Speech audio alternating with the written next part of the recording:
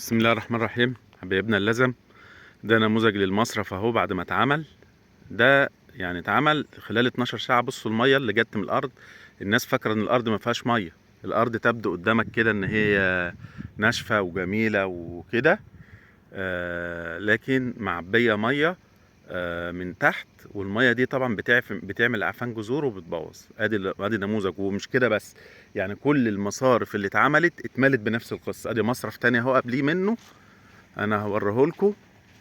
اتعمل برضو ونفس القصة، برضو اتملى بنفس كمية المية. وبنقول للناس الارض معبية مية وهتبوظ وهتعمل اعفان جذور وهتعمل مشاكل جامدة. والناس للأسف يعني مش مدركة خطورة الامر وخطورة الموضوع. فانا هوريكم بقى كمان مصرف اهو ماشي، اتعمل برضو في نفس التوقيت وعلى مسافة يعني ما هياش بعيدة يعني اهو.